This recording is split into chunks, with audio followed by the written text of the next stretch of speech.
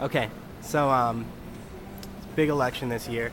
Uh, what do you think the importance is of young voters in the election? Well, honestly, I think they're going to play a bigger role than a lot of people think. Um, I think that Obama's really energized them this year more than any other candidate in recent memory. So, and I also think that one of the other factors you have to consider is that in the polling, it's not really young voters' opinions aren't as reflected as well as others because the polling is done with landline telephones mostly, and a lot of young voters rely solely on cell phones to for their telephone. So I think they're going to be a bigger impact than a lot of people expect.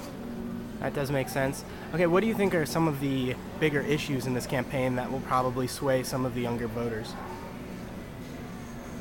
Some of the older voters among Younger younger voters. voters. Well, obviously, being here on the college campus, University of Missouri St. Louis, education is key. It's really the prime factor for a lot of us. Not only public education for K through 12, grades K through 12, but also higher education, rising costs of tuition, things like that. Those compound a lot of problems that you see in the older age ranges, with people worried about their jobs being shipped overseas and healthcare, rising costs of healthcare.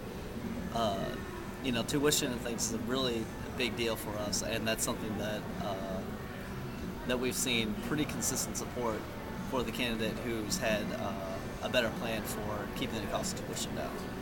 And also, I'd add, also the big issue for young voters is the war in Iraq and Afghanistan because young people are the people who are serving over there, and it hits close to home for them more than anybody else. Yeah, just as much as older age groups, we have friends and relatives who are over there too. They're fighting, dying, and whether you believe or support the war, it's very strong.